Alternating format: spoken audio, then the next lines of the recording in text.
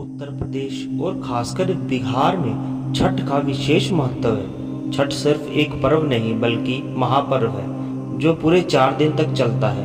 नहाए खाए से इसकी शुरुआत होती है जो डूबते और उगते सूरज को अर्घ देकर समाप्त होती है। ये पर्व साल में 2 बार मनाया जाता है, पहली बार चैत्र में और दूसरी बार कार्तिक में। चैत्र शुक्ल पक्ष षष्ठी पर मनाए जाने वाले पहले छठ पर्व को चैती छठ और कार्तिक शुक्ल पक्ष छठी पर मनाए जाने वाले पर्व को कार्तिकी छठ कहा जाता है। पारिवारिक सुख समृद्धि और मनोवांछित फल प्राप्ति के लिए ये पर्व मनाया जाता है। इसका एक अलग ऐतिहासिक महत्व भी है।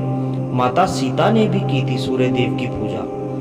छठ पूजा की परंपरा कैसे शुरू हुई, इस संदर्भ में कई कथाएं प्रचलित हैं। ऐसे ही मान्यताएं के अनुसार जब राम सीता 14 साल के वनवास के बाद अयोध्या लौटे तब रावण वध के पाप से मुक्त होने के लिए उन्होंने ऋषि मुनियों के आदेश पर राज सूर्य यज्ञ कराने का फैसला किया।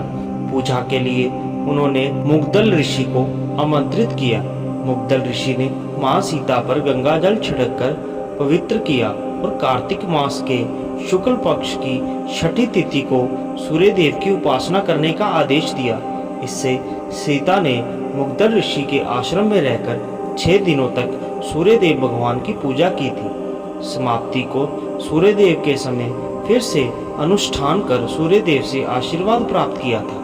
महाभारत काल से हुई थी छठ पर्व की शुरुआत। हिंदू मान्यताओं के अनुसार कथा प्रचलित है कि छठ पर्व की शुरुआत महाभारत काल से हुई थी। इस पर्व को सबसे पहले सूर्य पुत्र कर्ण ने सूर्य की पूजा करके शुरू किया था। कहा जाता है कर्ण भगवान सूर्य के परम भक्त थे और वे रोज घंटों तक पानी में खड़े होकर उन्हें अर्घ देते थे। सूर्य की कृपा से ही वे महान योद्धा बने। आज भी छठ में अर्घ दान की यही परंपरा प्रचलित है। द्रौपदी ने भी रखा था छठ व्रत। छठ पर्व के बारे में एक कथा और भी है। इस किंवदंती के मुताबिक जब पांडव सारा राजपाट जुए में हार गए तब द्रौपदी ने छठ व्रत रखा था। इस व्रत से उनकी मनोकामना पूरी हुई थी और पांडवों को सब कुछ वापस मिल गया था। लोक परंपरा के अनुसार सूर्य देव और छठी मैया का संबंध भाई बहन का है, इसलिए छठ के मौके पर सूर्य की आराधना फलदायी मानी जाती है। क्या है छठ के पीछे पौराणिक महत्व? इन कथाओं के अलावा एक और किंवदंती भी प्रचलित है।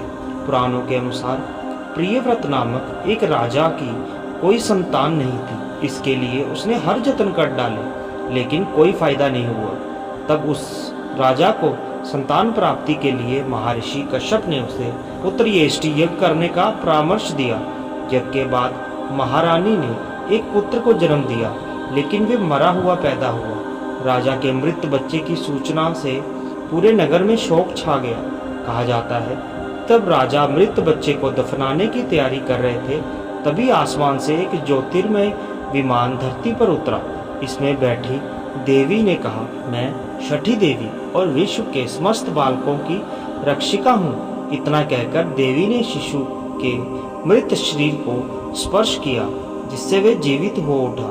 इसके बाद से ही राजा ने अपने राज्य में ये त्योहार मनाने की घोषणा कर दी।